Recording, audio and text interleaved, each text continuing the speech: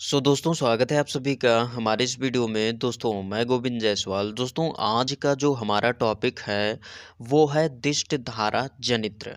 दोस्तों जैसा कि हम इसके पहले वाले वीडियो में प्रत्यावर्ती धारा जनित्र को पढ़ चुके हैं और प्रत्यावर्ती धारा जनित्र जो था ठीक उसी तरह से ये हमारा दिष्ट धारा जनित्र भी है, यानी कि इसमें सारी चीज़ें सेम है, बस थोड़ा सा बदलाव है। तो यहाँ पर अगर आप उस वीडियो को नहीं देखें हैं तो उसका लिंक डिस्क्रिप्शन में है, वहाँ से जाकर आप देख सकते हैं। बाकी अब हम बात करते हैं दिष्ट धारा जनित्र के बारे में। सबसे पहले हम सिद्धांत हेडिंग डालेंगे और लिखेंगे कि दृष्ट धारा जनित्र विद्युत चुंबकीय प्रेरण के सिद्धांत पर कार्य करता है। इसमें एक चालक कुंडली को दो शक्तिशाली चुंबक के ध्रुवों के बीच में रखकर घुमाया जाता है और कुंडली को घुमाने के कारण कुंडली में चुंबकीय फ्लक्स रेखाओं में परिवर्तन होता है, जिसके कारण कुंडली में प्रेरित विद्युत धारा उत्पन्न हो जाती है। तो ये आप सिद्धांत में लिखेंगे। अब इस चीज़ को यहाँ पर हम चित्र के माध्यम से समझते हैं। दोस्तों यहाँ पर हम मान लेते हैं कि ये दो हमारे चुंबक हैं जिनके ध्रुव यहाँ पर विपरीत साइड में यहाँ पर रखे हुए हैं। अब यहाँ पर क्या होता है कि अगर किसी कुंडली को यहाँ पर ले जाया जाए और इस कुंडली में परिवर्तन किया जाए, यानी कि इसको हिलाया जाए, तो यहाँ पर क्या होगा कि इस कुंडली में कभी ज़्यादा मात्रा में चुंबकीय फ्लक्स रेखाएं जाएंगी और कभी कम मात्रा में चुंबकीय फ्लक्स जाएंगी। तो इससे क्या होगा कि इस कुंडली में प्रेरित विद्युत धारा उत्पन्न हो जाएगा। अब इसी सिद्धांत पर हमारा ये जो दृष्ट धारा जनित्र है ये कार्य करता है। तो ये आपका हो गया सिद्धांत। अब हम बात करते हैं इसकी संरचना के बारे में। दोस्तों इसकी संरचना में अब हम हेडिंग डालेंगे क्षेत्र चुंबक। अब इस क्षेत्र चुंबक को के बारे में कैसे लिखा जाएगा इसको यहाँ पर हम सबसे पहले बता देते हैं और उसके बाद में यहाँ पर हम इसका चित्र ड्रा करेंगे और वहाँ पर इस चीज़ को हम समझेंगे। तो दोस्तों यहाँ पर हम लिखेंगे कि यह एक शक्तिशाली चुंबक होता है जिनके ध्रुव यन और यस होते हैं और इन्हीं ध्रुव यन यस के बीच में कुंडली को घुमाया जाता है। तो ये आप क्षेत्र चुंबक हेडिंग डालकर लिख लेंगे। अब इसको हम चित्र के माध्यम से यहाँ पर समझते हैं। दोस्तों यहाँ पर ये रहा हमारा चित्र और इस चित्र में ये जो यहाँ पर यन और यस ये जो चुंबक हैं ये बहुत ही ज़्यादा शक्तिशाली चुंबक होते हैं और इसी के मध्य में ये जो हमारी कुंडली होती है, यानी कि आर्मेचर हम कुंडली को बोलते हैं, इसको रखकर घुमाया जाता है। तो ये आपका हो गया क्षेत्र चुंबक। अब आप हेडिंग डालेंगे आर्मेचर। अब दोस्तों यहाँ पर आर्मेचर के बारे में हम सबसे पहले लिखते हैं, फिर यहाँ पर हम समझते हैं। दोस्तों यहाँ पर हम लिखेंगे कि यह एक आयताकार कुंडली होती है जिसको किसी नर्म लोहे के ऊपर तांबे के तार को कई फेरों में लपेट कर बनाया जाता है और इस कुंडली को चुंबकीय क्षेत्र में रखकर घुमाया जाता है। तो ये आप आर्मेचर हेडिंग डालकर इसको लिख लीजिएगा। अब हम इसको चित्र के माध्यम से समझते हैं। तो दोस्तों ये रहा हमारा चित्र। अब दोस्तों यहाँ पर आप जो कुंडली ए बी सी डी देख रहे हैं ये आपका है आर्मेचर।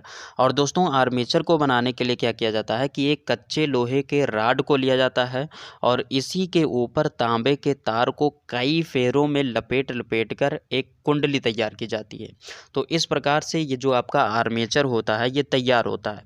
अब यहाँ पर मैं आप सभी को बताना चाहूँगा कि ये जो तांबे का तार इसके ऊपर लपेटा जाता है, इस तांबे के तार की एक खासियत होती है कि इसके ऊपर पॉलिश चढ़ी होती है, जिससे क्या होता है कि ये एक तार से दूसरे तार में विद्युत धारा ट्रांसफ़र नहीं होता है, क्योंकि इसको कई फेरों में लपेट कर बना जाता है।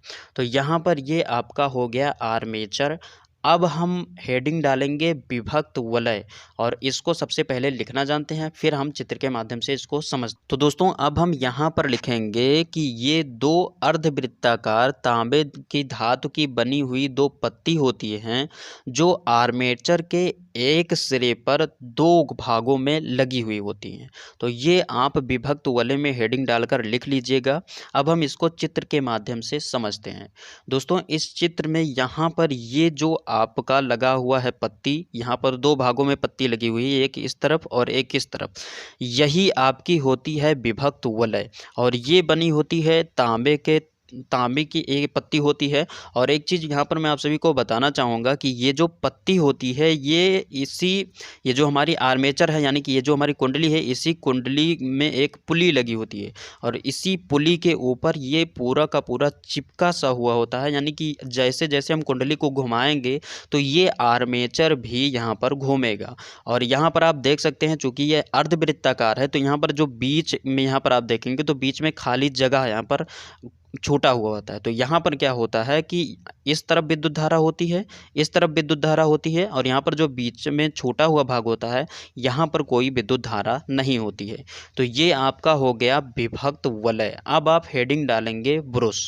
अब दोस्तों ब्रुश में लिखेंगे कि ये कार्बन धातु की बनी हुई दो पत्ती होती हैं जिनका संबंध विभक्त वलय से होता है। तो ये आप ब्रुश का परिभाषा, यानी कि ब्रुश के आगे आप हेडिंग डालकर इसको लिख लीजिएगा। अब इस चीज़ को चित्र में हम यहाँ पर समझते हैं। दोस्तों इस चित्र में यहाँ पर ये जो आपको पत्ती एक्स दिख रही है और ये जो पत्ती वाई दिख रही है, यही आपकी होती है ब्रुश और ये बनी होती है कार्बन धातु की। अब क्या खासियत होता है इस ब्रुश का कि ये ब्रुश केवल ये जो हमारा विभक्त वलय है, यानी कि जो अर्धवृत्ताकार तांबे का ये जो वलय है, इसी के ऊपर केवल टच होता है। तो टच होने के कारण क्या होता है कि जब ये कुंडली घूमती है तो ये हमारा विभक्त वलय भी घूमता है, और विभक्त वलय जब घूमता है तो ये जो हमारी पत्ती एक्स और वाई है ये घूमती नहीं है, ये केवल और केवल उसी के ऊपर टच रहती है, यानी कि ये घिसरती है केवल इसी के ऊपर। तो ये आपका हो गया ब्रुश। अब हम बात करते हैं दिष्ट धारा जनित्र के क्रिया विधि के बारे में। अब दोस्तों इसकी क्रिया विधि को हम इस चित्र के माध्यम से समझते हैं। दोस्तों क्या है कि जब ये जो हमारी कुंडली ए बी सी डी है, यानी कि ये जो आर्मेचर है, इसको जब हम दक्षिणावर्त घुमाते हैं, यानी कि ये जो हमारी आर्मेचर है इसको जब हम दक्षिणावर्त दक्षिण की तरफ इसको घुमाते हैं तो क्या होता है कि जैसे ही हम इस कुंडली को घुमाते हैं तो चूंकि ये जो कुंडली है ये दो चुंबकीय ध्रुव के बीच में रखी होती है, यन और यस के बीच में रखी हुई होती है। और ये जो चुंबक होते हैं, जो ध्रुव है चुंबक के, ये बहुत ही ज़्यादा शक्तिशाली होते हैं। तो हमको पता है कि जब किसी चुंबक के बीच में किसी कुंडली को रखा जाता है तो क्या होता है कि चुंबक से बहुत सारे चुंबकीय फ्लक्स रेखाएं निकलती हैं। तो यहाँ पर भी चुंबकीय फ्लक्स रेखाएं निकल रही हैं। अब यहाँ पर क्या है कि जब ये कुंडली एक स्थान पर टिकी हुई है तो यहाँ पर चुंबकीय फ्लक्स रेखाएं भी एक स्थान पर ऐसे टिकी हुई हैं। अब यहाँ पर क्या होगा कि जब हम इस कुंडली को दक्षिणावर्त घुमाएंगे तो क्या होगा कि इस कुंडली में जो अभी चुंबकीय फ्लक्स रेखाएं थी, इन फ्लक्स रेखाओं की संख्या में परिवर्तन होगा। तो यहाँ पर जैसे ही हम दक्षिणावर्त यहाँ पर घुमाएंगे तो जैसे ही यहाँ पर चुंबकीय फ्लक्स में परिवर्तन होगा, और तब क्या होगा कि विद्युत चुंबकीय प्रेरण के सिद्धांत से क्या होगा कि इस कुंडली में प्रेरित विद्युत धारा उत्पन्न हो जाएगा। और यहाँ पर जब हम फ्लेमिंग के दक्षिण हस्त नियम को लगाएंगे तो इससे हमको पता चल जाएगा कि जो धारा उत्पन्न हुई है, यानी जो प्रेरित धारा उत्पन्न हुई है, वो किस दिशा में उत्पन्न हुई है। तो यहाँ पर जब हम दक्षिणावर्त घुमाएंगे तो जो धारा उत्पन्न होगी वो कुछ यहाँ से ए से चलेगी, बी से होती हुई, सी से चलती हुई, यानी कि ये दक्षिणावर्त हमारा ये जो विद्युत धारा है ये भी यहाँ पर ये चलेगी। तो कुछ इस प्रकार से यहाँ पर विद्युत धारा उत्पन्न होगा। अब यहाँ पर क्या होगा कि जैसे ही यहाँ पर ये जो हमारी कुंडली है आधी घूमेगी, यानी कि चूंकि यहाँ पर ये जो हमारा ए बी सिरा था इस पर ऊपर की ओर बल लगा और यानी घुमाया गया, और इसको बाद में ये जो सी डी था इसको नीचे की ओर घुमाया गया। तो जब ये आधी घूम जाएगी तो आधी घूम जाने के बाद में क्या होगा कि अब की बार में जब ये जो बीच, या आप यहाँ पर देखेंगे जो हमारा विभक्त वलय है, इस विभक्त वलय के बीचों बीच में हमारा खाली जगह बचा हुआ है। तो यहाँ पर जब ये ब्रुश आएगी तो यहाँ पर इस जो परिपथ यहाँ पर बाहर होगा, यहाँ पर विद्युत धारा का मान कम हो जाएगा। लेकिन यहाँ पर जब कुंडली को घुमाया जाएगा तो तुरंत के तुरंत ही यहाँ पर ये जो हमारा वलय है, ये इधर वाला वलय कुछ इस साइड में आ जाएगा और इधर वाला वलय कुछ इस साइड में आ जाएगा। और यहाँ पर ये जो हमारा सी डी भाग है ये कुछ इस साइड में आ जाएगा और ये जो ए बी भाग है ये इस साइड में आ जाएगा। तो यहाँ पर क्या होगा कि सी डी अगर इस साइड में गया है तो सी डी के सामने का जो हमारा वलय था वो भी इस साइड में घूमा है।